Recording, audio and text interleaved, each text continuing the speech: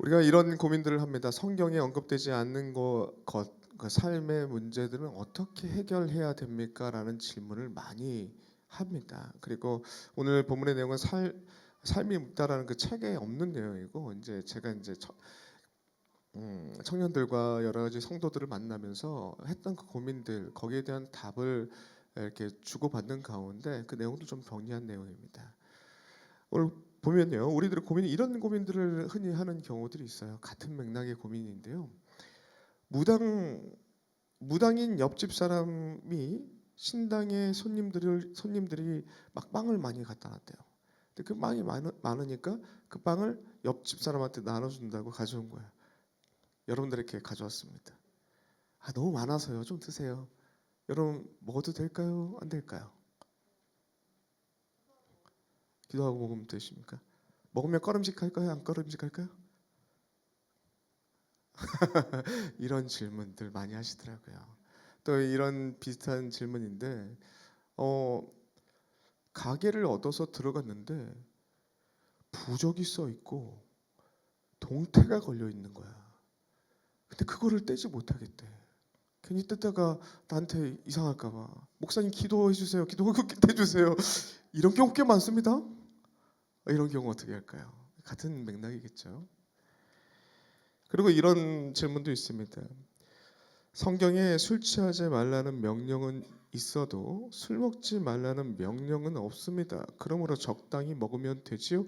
라고 하면서 금주를 안 하시는 성도님들 계십니다. 이런 분들 어떻게 해야 될까요? 이게 다른 질문 같은데 같은 그 답을 갖고 있습니다. 또 이런 질문을 하죠. 담배는 성경에 그 많은 내용이 없으니 피워도 되는 거 아닙니까? 성경에 어디 담배 피지 말라고 되어 있습니까? 그러면 나는 담배를 계속 피겠습니다. 라고 하시는 분들이 있습니다. 이런 분들은 어떻게 우리가 답을 할 수 있을까요? 주변에 이런 분들 많죠. 이런 질문에 대한 우리가 고민과 답을 오늘 해보도록 하겠습니다. 그러면 본격적으로 한번 들어가 보겠습니다. 기준 잡기부터 한번 가겠습니다. 어떠한 기준을 우리가 잡고 있어야 하는가? 이게 답이죠. 답부터 던지고 가는 겁니다.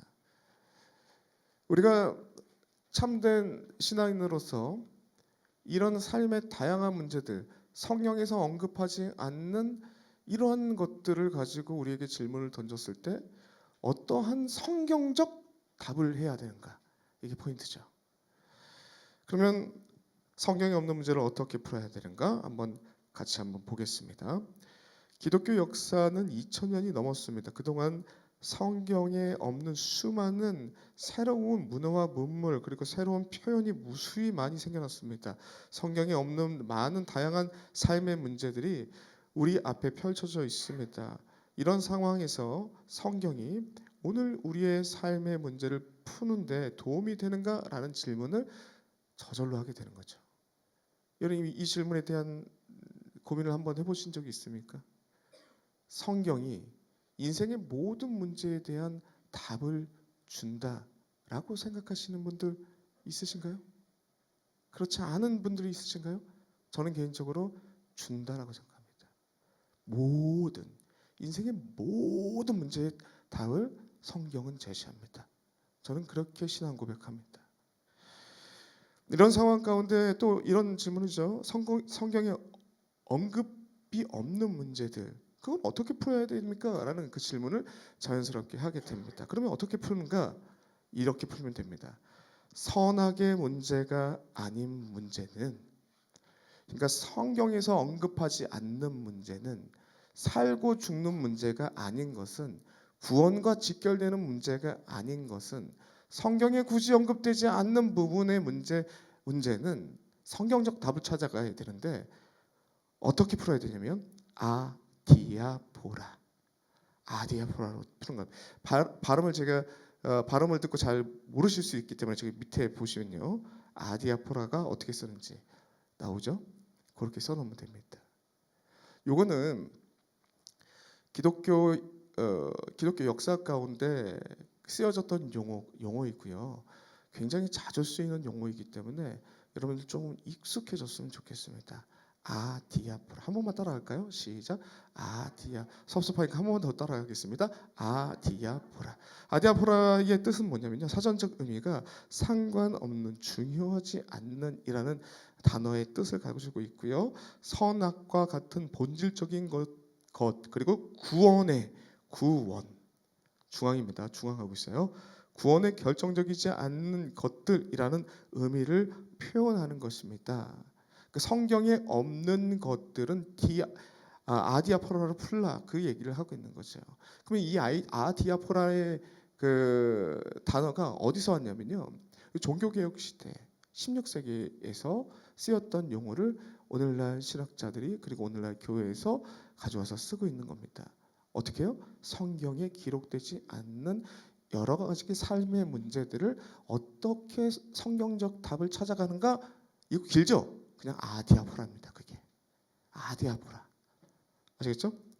내용을 한번 보겠습니다. 종교개혁 역사가 16세기 후반, 중후반 이후에 루터교회 내에서 밀란 히트런과 플라키우스 사이에서 벌어진 논쟁을 아디아포라의 논쟁이라고 부릅니다.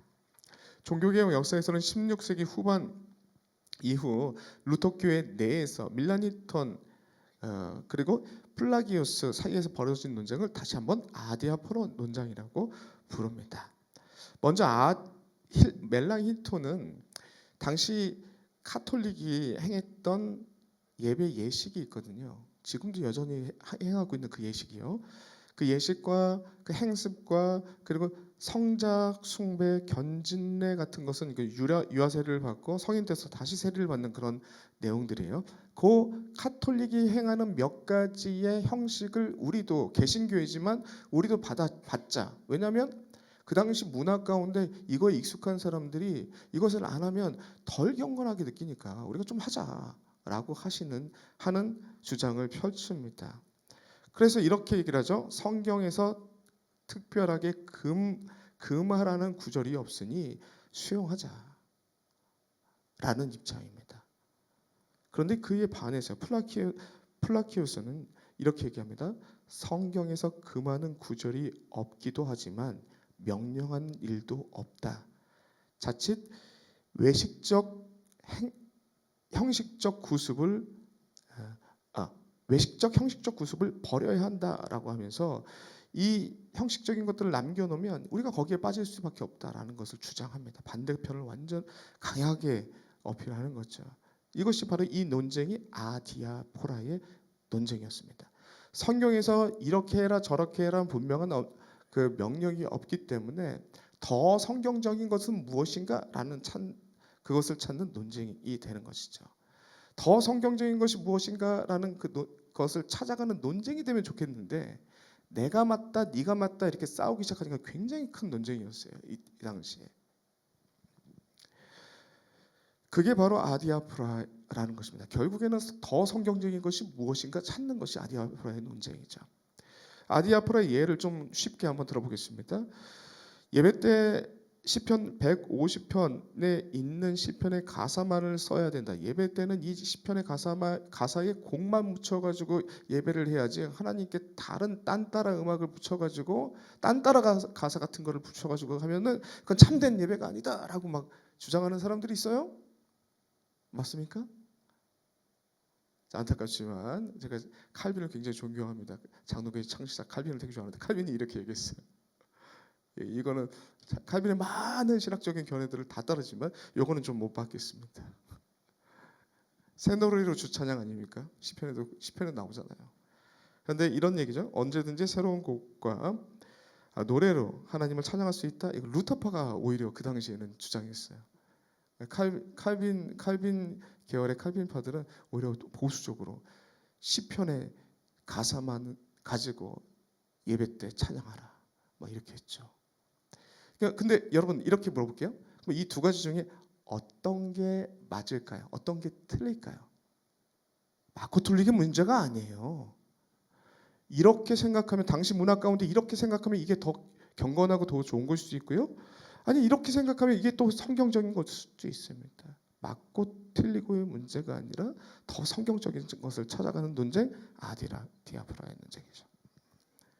예배 형식에 대해서 물어보겠습니다. 당시 그 루터파 내에서 이런 얘기들을 많이 다 있는데, 예배 때 성호 긋기 이거 있죠? 이렇게 하는 거. 어디부터 하는 거예요? 여기서부터 하는 거죠. 이렇게 하는 거. 이걸 해야 된다. 특정한 기도문과 장식이 꼭 들어가야 된다. 이렇게 주장하시는 그 당시에 사람들이 있었습니다. 근데 특정 예배 형식보다 신앙 고백이 더 중요하다라고 하는 사람들이 있었죠. 그렇다면 당시 문화 가운데 어떤 것이 맞고 틀릴까요? 맞고 틀리고 문제가 아니라고요. 더 성경적일 그 당시 그 문화 가운데 이게 더 성경적일 수 있고, 그리고 또 이게 성경의 입장에서 봤을 때 우리는 밑에 게 더, 지금 우리는 밑에 게 더 훨씬 더 성경적으로 느껴지죠. 이런 것이 아디아프라의 내용입니다. 이런 것뿐만 아니라 복장의 문제, 그리고 예배 순서의 문제, 여러 가지 문제들이 있었습니다. 선악과 같은 본질적인 것이 아니라 구원의 결정적이지 않는 그 논쟁, 그런 것을 더 성경적인 것을 찾아가는 논쟁, 아디아프라의 논쟁. 3번이요.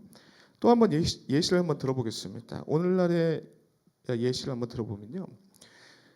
루터교하고 성공회는 개신교인데요. 개신교인데 여전히 카톨릭에서 행하는 예식의 일부분을 가져옵니다. 그렇게 사용해요. 제 친구 동기가 저랑 같이 신학을 공부하다가 루터파 학교로 갔어요. 왜 그런지 모르겠지만, 그 친구가 졸업을 해서 거길 갔는데 문화 충격이었습니다. 예배가 딱 시작되잖아요. 무슨 종 같은 걸 딱 이렇게 쳐요. 그러면 저쪽 문이 딱 열리면서 사제복 같은 거 입은 사람들이 줄지어서 이 십자가하고 뭐 하나 들고 이렇게 쭉 오더라고요. 야, 이건 카톨릭. 여기 개신교인데 이거 카톨릭이네 완전히. 그런 예식을 다 상당 부분 유지하고 있습니다. 그런데 카톨릭이라고 부르지 않아요. 주 예수 그리스도를 주로 고백하고, 그리고 개신교 안에 들어와 있는 교파입니다. 그렇다는 거죠. 그렇다면 그게 틀립니까? 틀리지 않다고요. 틀리지 않다고요. 아디아프라의 내용입니다. 그리고 또 한 가지 한번 보겠습니다. 침례교는 침례를 하죠. 그게 더 성경적이다고 그들은 얘기합니다. 근데 장로교는 머리에 물을 묻혀서 머리에 이렇게 붙입니다. 왜냐하면 상징성이 더 크기 때문에. 어떤 게 맞습니까? 예수님께서 침례를 행하셨으니까 우리도 침례를 해야지. 그게 더 성경적이라고 얘기하는 사람도 있어요. 틀린 게 아니에요.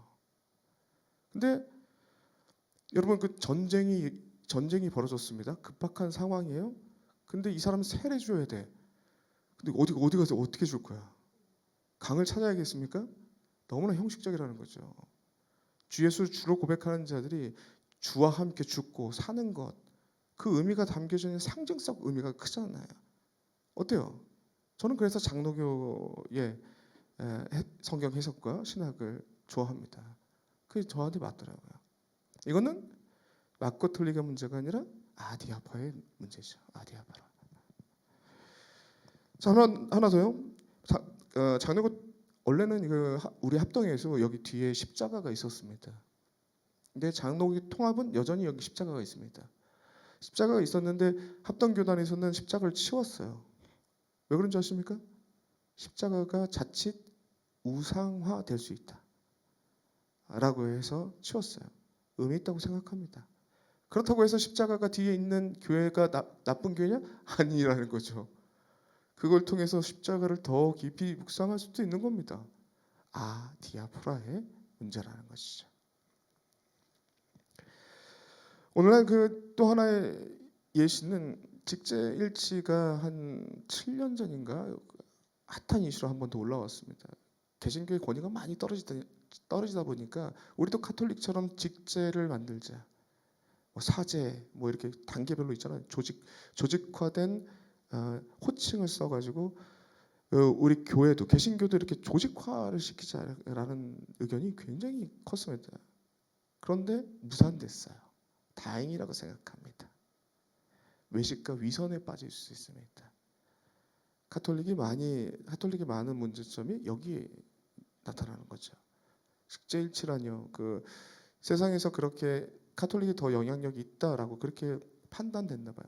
그거는 그렇게 보일 수도 있겠지만 선한 영향력을 키워야죠. 그 겉으로 보이는 걸로 만들면 그게 참된 영향력이 있겠습니까? 라고 얘기를 하지만 어떤 것이 맞다 틀리고의 문제가 아니라 아디아포라의 문제다. 이제 아디아포라가 무엇인지는 이제 여러분들이 개념적으로 다 이해가 됐을 것입니다. 한번 보시면요. 4페이지 중앙이요. 이러한 문제들 선악의 문제, 맞고 틀리고 죽고 사는 문제와 같은 본질적인 것이 본질적이지 않은 것이며 구원의 결정적이지 않는 것이 바로 아디아포라의 문제라는 것이죠. 그러므로 입장이 다르고 다르다고 해서 과도하게 비판하고 비난하고 그런 것들은 옳지 못합니다. 성경에 언급이 없다라고 하더라도 선악 죽고 사는 문제가 아니라면 구원에 관련된 문제가 아니라면 아디아포라의 문제로 여기고 존중해야 된다. 서로를 존중해야 된다라는 것이죠. 그리고 이 아디아포라의 그 내용을 쓰는 방법이 있습니다. 더 성경적인 부분들을 찾아가야 되는 방법이 있어요. 이 아디아포라를 쓰는 방법이죠. 함께 보시면요. 아디아포라를 제대로 쓰기 위해서는요. 먼저 바른 신앙의 지식이 필요합니다. 바른 신앙의 지식이 필요해요. 답부터 이제 먼저 달고 제가 설명드릴게요. 지식과 또한 그 지식을 바탕으로 한 사랑, 이 두 가지가 있어야 됩니다. 바른 지식과 사랑이 있어야 돼요.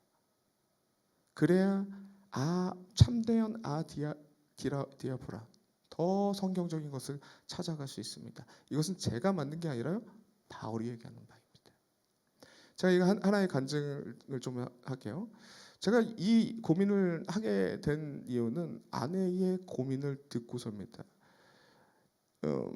지금으로부터 1년 전이죠. 1년 전 광주에 있을 때 이제 직장 생활을 했거든요. 아내가 청소년 상담센터에서 상담사로 일했는데 거기 동료가 한 명 있었어요. 그 동료가 매번 간식을 이렇게 가져오더래요. 맛있는 간식들, 케이크 뭐 이렇게 다양한 간식들을 계속 가져오더래요. 그래서 맛있게 먹었답니다. 그 상담사 중에 그 간식을 제일 많이 먹었답니다. 맛있게 먹었대요. 근데 그 어느 날 또 맛있게 먹고 있는데 그 갖다 놓은 그 친구가 근데 성희 선생님 그거 먹어도 괜찮아? 이렇게 물어보더래요.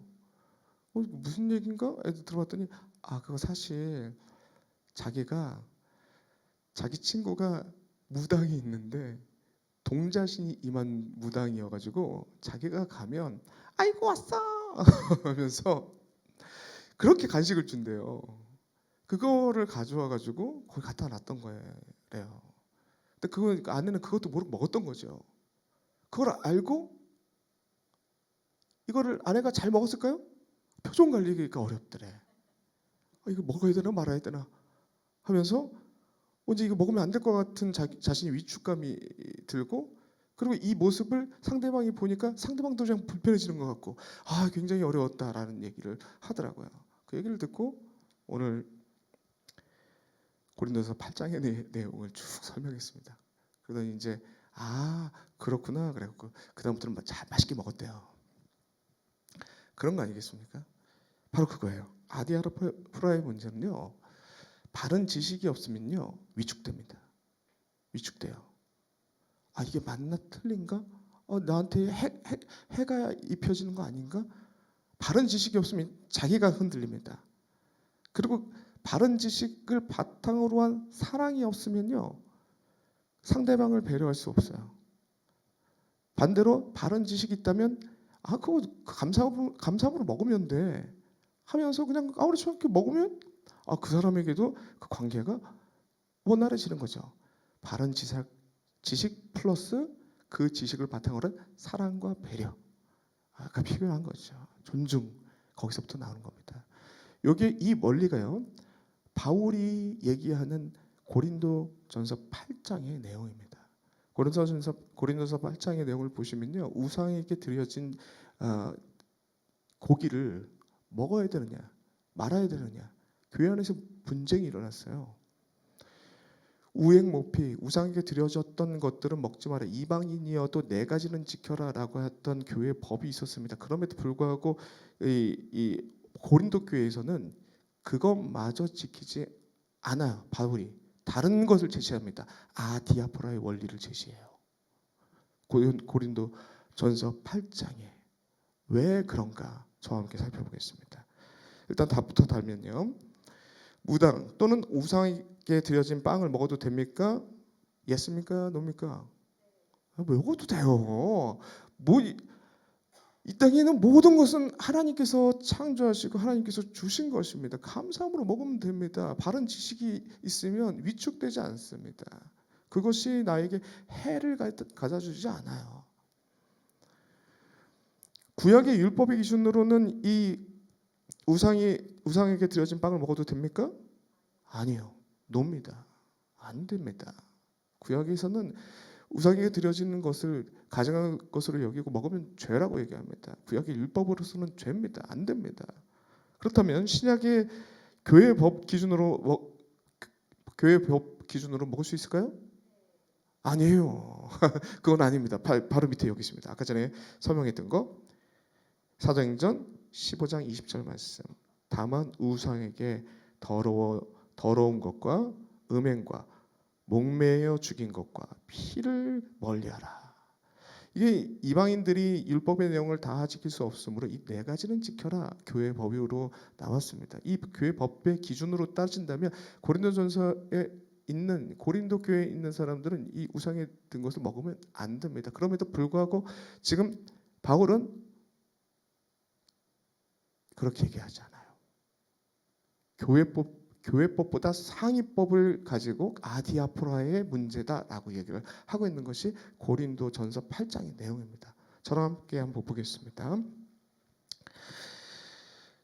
그 밑에 고린도 교회 당시의 상황에서 우상에게 드려진 고기를 먹는 것이 가능한가? 그것은 예스죠. 바울은 그렇게 예스라고 얘기합니다. 왜냐하면 고린도 교회 당시의 상황에서 우상에게 드려진 고기를 먹는 일은 선악의 문제가 아닌 아디아포라의 문제로 바울이 보고 있기 때문에 그렇게 답을 하고 있습니다. 바울은 고린도 교회 안에서의 우상에게 드려진 고기를 먹는 문제를 아디아포라의 문제로 대하고 있습니다. 왜냐하면요, 이것 때문에 그랬습니다. 왜 교회법이 있음에도 불구하고 그것을 무시하고 먹어도 된다고 얘기를 하고 있는가? 그것은 교회법보다 그 상위에 있는 법이 있기 때문에 그래요. 그 상위에 있는 법이 뭐냐면 이겁니다. 로마서 8장 2절 함께 한번 읽겠습니다. 시작. 이는 그리스도 예수 안에 있는 생명의 성령의 법이 죄와 사망의 법에서 너를 해방하였습니다. 우리는요, 생명과 성령의 법으로 율법에서 자유케 된 거고요. 구약의 율법으로부터 자유케 된 겁니다. 그리고 또한 구약의 율법으로부터 자유함을 얻으면서 생겨났던 교회의 법이 네 가지의 법이라는 거죠. 그러므로 상위의 법은 어떤 것입니까? 이거야. 생명과 성령의 법입니다. 고린도 교회의 상황은 교회가 제시한 것을 지킬 수 없는 상황이었어요. 왜냐하면 그 당시에 있는 고린도 지역 안에 있는 모든 고기가 그 우상에게 드려졌던 제물이 시장으로 나와서 시장에서 그것을 사 먹을 수밖에 없는 구조입니다. 다른 방법으로는 생존이 어려울 수 있는 그런 상황이었어요. 그렇다면 이런 상황 가운데 율법적으로 교회법이 그러니까 너희도 그렇게 반드시 지켜라 라고 바울은 얘기하지 않아요. 그것 또한 이 생명과 성령의 법 안에서 구약으로부터 자유케 하시는 그 성령의 법으로부터 온 거기 때문에 그것을 지키지 않고 죄와 생명과 성령의 법 안에서 그것을 먹을 수 있다라고 얘기하는 거죠. 밑에 한번 봅시다. 이건 이 내용 자체가 아디아포라입니다. 고린도전서 10장 23절부터 24절까지의 내용 한번 읽어보겠습니다. 시작. 모든 것이 가하나 모든 것이 유익한 것은 아니요. 유익한 것은 아니요. 다시 한번 읽겠습니다. 시작. 모든 것이 가하나 모든 것이 덕을 세우는 것이 아니니 누구든지 자기의 유익을 구하지 말고 남의 유익을 구하라 라고 되어 있습니다. 자, 그러면요 8장 로마서 8장 2절은요 옆에다가 이렇게 큼지막하게 써놨으면 좋겠습니다. 바른 지식. 바른 지식. 우리가 어떤 것으로부터 매이지 않는다는 거죠. 그리스도 예수 안에서 자유함을 얻은 우리에게 율법의 어떠한 굴레도 우리를 사로잡을 수 없다라는 바른 지식을 갖고 있습니다. 그런 자들은요 어떠한 모습으로 나타나느냐? 우리가 읽었던 이 고린도서 10장 23절부터 24절까지입니다. 모든 것을 다 할 수 있습니다. 가합니다. 모든 것을 다 할 수 있지만 모든 것을 유익하지 않기 때문에 절제하는 거죠. 모든 것이 가합니다. 우리에게는 죄와 이 생명과 성령법의 안에 있는 우리에게는 모든 것이 가하나 모든 것이 덕을 세우지는 않습니다. 특별히 덕을 세우다는 의미는 오이코데메오라는 표현으로서 오이코스, 이 집을 짓다, 세우다, 공동체를 세우다라는 의미예요. 내가 모든 것을 할 수 있지만 이 교회의 공동체를 세우는 것 안에서 내가 절제한다. 그 표현 아니겠습니까? 모든 것이 가하지만 유익됨이 없어서 내가 절제한다. 모든 것이 가하지만 교회 덕을 세우는 것에 가치를 두고 내가 절제한다. 그 얘기하고 있는 거죠. 그리고 맨 마지막에 누구든지 자기 유익을 구하지 말고 남의 유익을 구하라. 뭡니까? 바른 지식을 바탕으로 한 사랑과 배려죠. 배려. 그 원리가 나타나고 있는 겁니다. 그러므로 이 문제는 성경이 하라 하지 말라라는 그 율법적인 개념으로 다가가는 게 아니라요. 이 부분은 바른 신앙적 지식을 바탕으로 한 사랑을 가지고 인간관계를 생각하며 배려하고 존중하며 문제를 풀어가는 아디아프라의 문제라는 것이죠. 이게 배려의 아입니다. 아이. 네. 자, 그러면은 아디아포라도 알았습니다. 그리고 아디아포를 어떻게 쓰는지도 알았습니다. 그리고 우상에게 드려진 제물을 어떻게 대해야 되는지도 알았습니다. 오케이, 여기까지 알았으면은 다 됐습니다. 그럼 밑으로 한번 보시면요, 고린도전서 그 8장의 본문을 여러분 한번 보시라고 제가 옮겨왔습니다. 여기도 동일하게 아디아포라의 원리가 나오고 있어요. 율법적인 이거다가 아니라 더 성경적인 것들을 어떻게 찾아가는가를 보여주고 있는 것이죠. 중간에 1번이요. 바른 신앙의 지식. 이건 고린도서 8장 1절의 내용이 있거든요. 한번 같이 한번 읽어보겠습니다. 시작. 우상의 제물에 대하여 우리가 다 지식이 있는 줄 아나 지식은 교만하게 하며 사랑은 덕을 세우나니. 지식이 있어야 합니다. 근데 지식만 있으면 교만합니다. 지식만 있으면 옆 사람 찌릅니다. 지식만 있으면 평가합니다. 지식만 있으면 그걸 가지고 재단해요. 기준을 세우고 쟤는 왜 저래? 저 순호는 왜 저래? 지식만 있으면 그렇다고요. 지식만 있으면 성경 공부 시간에 나와야지 믿는 사람이 이렇게만 얘기한다고요. 그런데 지식을 바탕으로 한 사랑이 있어야 그를 상대방을 맞추고 그리고 상대방의 입장을 배려하고 생각하고 덕을 세울 수 있다라는 내용이죠. 4절 한번 보시면요. 쭉 중간의 내용은 같은 내용이 나오고요. 4절을 한번 같이 읽겠습니다. 시작. 그러므로 우상의 제물을 먹는 일에 대하여 우리가 우상은 세상에 아무것도 아니며 위축될 필요가 없다라는 거죠. 기도하고 동태 떼어내고 부적 떼면 됩니다. 여러분에게 아무런 해코지가 될 이유가 없습니다. 우상은 아무것도 아니며 밑에요. 또한 하나님은 한 분밖에 없는 줄 아노라. 이 바른 지식 가운데 우리가 세상에 위축될 수 없다라는 것을 계속 얘기하고 있고요. 그 다음에 7절부터 나와 있는 내용을 한번 보시죠. 지식을 바탕으로 한 사랑의 내용이 나오고 있습니다. 그러나 이 지식은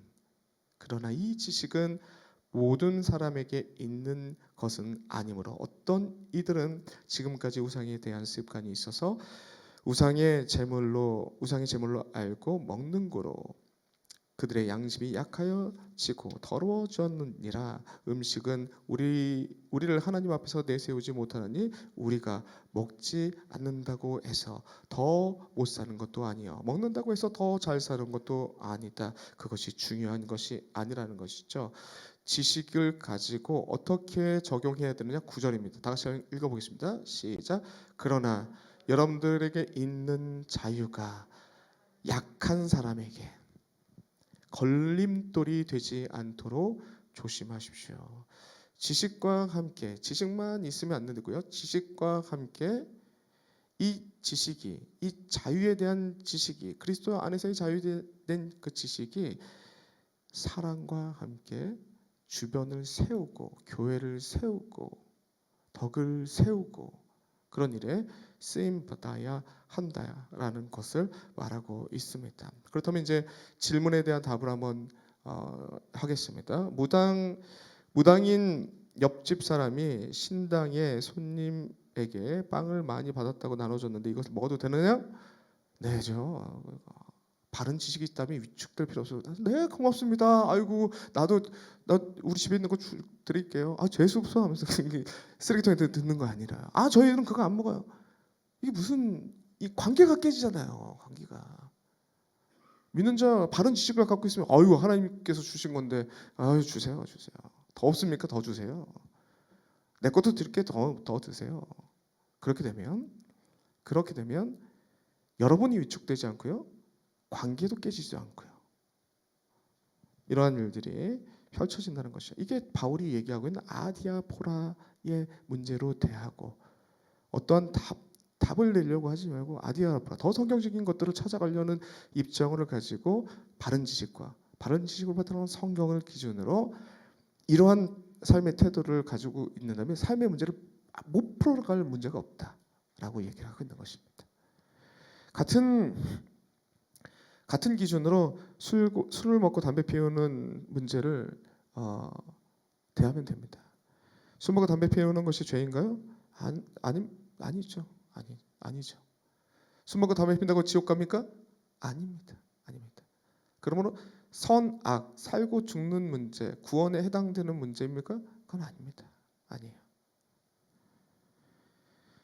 한번 읽어보겠습니다. 성경에 술 취하지 말라는 명령은 있지만 술 먹지 말라는 명령은 없습니다. 또한 담배를 금하라는 명령도 없습니다. 또한 술 먹고 담배 핀다고 해서 선과 악이 갈라지는 문제도 아닙니다. 그렇기 때문에 아디아포라의 기준으로 문제를 풀어가야 합니다. 술과 담배 문제 아디아포라의 기준으로 풀어가라. 더 성경적인 것이 무엇인지 찾으라. 그러면 이 성경적인 것을 찾으려면 바른 지식을 바탕으로 한 사랑을 우리가 생각했을 때 우리의 어떠한 삶의 태도가 나온다는 거죠. 그걸 찾아가라는 거죠.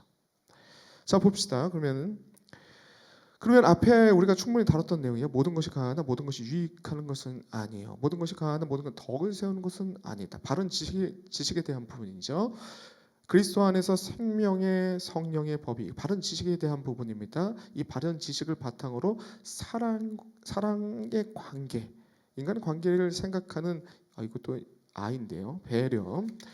배려와 존중을 풀어갈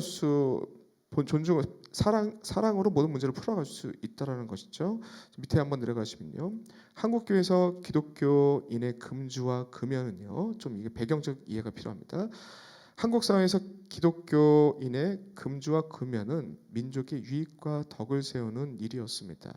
1910년대 일제 강점기 민족 말살 정책이 있을 때에 일본 일제가 민족 말살 정책의 일환으로 술과 담배, 기생 문화를 우리 민족에게 장려했습니다. 특별히 이게 담배 같은 경우는 어린 아이들도 그 당시 막 아편을 태우고 막 그런 젊은이들은 기생 문화에 빠지게 만들고 막 이렇게 해버렸어요. 이런 상황 가운데 선교사들이 복음을 전하기 위해서 들어왔는데 이거 뭐 복음 전하러 가면 다 취해 있어요. 아니, 아침에 갔는데 취해 있어. 논밭에 나와 있는 사람을 갔더니 한 잔 걸치고 나와서 취해 있고, 점심에 갔더니 점심 정신 차린 줄 알았더니 가서 보니까 그때 또 막걸리를 먹으면서 점심을 먹어요. 취해 있고 도대체 복음을 전할 수 없는 그런 상태. 그리고 이 기생문화뿐만 아니라 그 처벌 드리는 문화가 그 당시에 너무 심해가지고 도대체가 이런 삶의 문제들 때문에 복음을 전할 수 없는 그런 상황들이 펼쳐진 것입니다. 그래서 선교사들이 복음을 전하기에 앞서 금주와 금연 운동을 펼치게 됩니다. 금주와 금연을 통한 구별된 삶을 가르치고 강조하면서 복음을 전하게 되었습니다. 그 선한 영향력이 커지면서 교회만 가면 변화가 되는 거예요. 이 고주망태이가 교회만 가면 금주하고 금연하고 바뀌는 거예요. 와, 이 교회 뭐가 있나 보다 그래가지고 그때부터 이제 교회에 많은 사람들이 오게 되고 선한 영향력을 끼치게 된 거죠. 그 선한 영향력이 커지면서 교회의 금주와 금연 운동이 민족 정신이 말살되는 문화를 이기고 새로운 신윤리를 사회에 제시합니다. 어느 공동체든지 새로운 공동체로 거듭나기 위해서는 그 공동체를 하나로 묶는 신윤리가 있어야 합니다. 당시 기독교의 금주와 금연 운동이 그 역할을 하게 되었습니다. 결국 1920년대가 되면서 민족 차원의 저항 운동으로 확장되게 됩니다. 민족 차원의 운동으로 기독교의 이 선한 문화가 민족 차원의 문화로 움직이게 되는 것이죠. 결국 1920년대가 되면서 민족 차원의 저항 운동이 되고 이러한 역사적인 내용 가운데 장로교 교회는 교회 법으로 성도는 금주와 금연을 한다라는 것을 법으로 제정하게 됩니다. 이러한 선한 전통을 오늘까지 이어오고 있는 것입니다. 그러므로 왜 금연과 금주를 성도가 해야 되는가? 이렇게 정리할 수 있습니다. 사회적인 이유는요, 중독과 폐해를 막기 위해서 유익이죠. 나만의 유익이 아니라 타인을 위한, 공동체를 살리기 위한 유익이죠. 덕을 세우는 일이 되죠. 그리고 역사적인 이유는 일제 강점기 민족 말살 정책의 저항의 운동과 함께 함으로 교회의 덕이 된 겁니다. 성도의 유익과 덕을 세우기 때문에 그렇게 된 것이죠. 그리고 무엇보다도 교회의 공동체의 법이죠. 법. 그렇기 때문에 따르게 금주와 금연은 성도가 반드시 해야 되는 전통이다. 성경에서 금연하라, 금주하라는 명령이 없더라도 이 아디아포라의 문제를 가지고 이것이 이런 더 성경적인 가치, 하나님의 교회를 세우고 덕을 세우는 가치에 옳다라고 판단되면 이걸 붙잡는 거죠. 금연과 금주의 문제도 이렇게 아디아포라의 문제로 접근해야 된다는 것입니다. 삶의 두 번째 질문이죠. 성경에 술 취하지 말라라는 명령은 있어도 술을 먹지 말라는 명령은 없습니다. 그러면 적당히 먹으면 되는 거 아닌가요? 아니죠. 성경에 없더라도 성경적입니다. 술을 안 먹는 게 나와 공동체를 살리고 나와 민족을 살리는 유익과 덕이 되는 차원에 있어서 그렇다는 것이죠. 그리고 또 오랜 세월 동안에 한국 교회가 금연과 금주, 한국 교회가 아니라 장로교가요. 교회인데도 불구하고 금주와 금연을 안 하는 교회가 있습니다. 제가 신대원 준비를 하면서 도서관에서 공부를 하고 있는데 어떤 그 사람들도 신대원 준비를 하는 것 같아요. 그러면서 저 이제 벤치에 와서 쉬고 있는데 그 사람이 그분들이 오시더라고요. 야, 나 아침에 와가지고 모세경 다 뗐다 하면서 이렇게 주머니에서 뭘 꺼내가지고 담배 한 대를 확 피우고 있더라고요. 어떤 신학교인지 모르겠는데 그럼에도 불구하고 아디아프라입니다. 이 사람이 신학생을 준비하고 있으면서 그 담배 피우고 있는 교단의 이제 목사가 됐겠죠. 그럼에도 불구하고 아디아프라 문제 구원과 상관없지만 제가 볼 땐 덕이 안 된다. 제 안 믿는 친구들이 너는 그래도 너는 목사다라고 인정하는 게 금연과 금주예요. 그 정도의 그 영향력을 미치고 있습니다. 오랜 역사 가운데. 그리고 한 가지만 더요. 제가 수련회가 중학교 때 수련을 갔는데 그 고등학교 회장이 정말 좋았어요. 정말 친절하고 정말 잘 따랐어요. 근데 어느 날 교회 이제 끝나고 나오는데 저 구퉁이에서 피고 있더라고. 그 중학생 1학년 때 그걸 보고 너무 충격이었어요. 제가 그 집사의 아들이 아니었다면 정말 상처받고 교회를 좀 멀리 있을 것 같아요. 그렇다면 이 문제가 딱 걸립니다. 어떤 문제냐면요. 고린도전서 8장 13절 제가 읽어드릴게요. 그러므로 만일 음식이 내 형제를 실족하게 한다면 나는 영원히 고기를 먹지 아니하여 내 형제를 실족하지 않게 하리라. 바울의 고백이에요. 이 기준이요. 그러므로 저는 금주와 금요일을 합니다. 여러분도 하십시오. 못한다고 천국 못 가고 그런 건 문제가 아닙니다. 하나님의 덕과 나로 인해서 한 사람이라도 실족하게 한다면 난 그것을 금하겠다. 이게 금주와 금연의 문제뿐만이겠습니까? 삶의 다양한 문제죠. 우리 목사님이 강조하는 아무도 없어도 신호등 지켜라. 뭐 그런 것도 아디아브라. 하나님의 성도로서 더 덕을 끼치는 것들을 생각하는 거. 그게 바른 지식과 그 바른 지식을 바탕으로 한 상대방을 배려하는 사랑으로부터 나오는 지혜로운 행동이라는 거죠. 아디아프라의 접근 그리고 원리를 붙잡고 삶의 다양한 문제들을 대하시고 풀어가시는 주의 백성 되시길 간절히 소망합니다.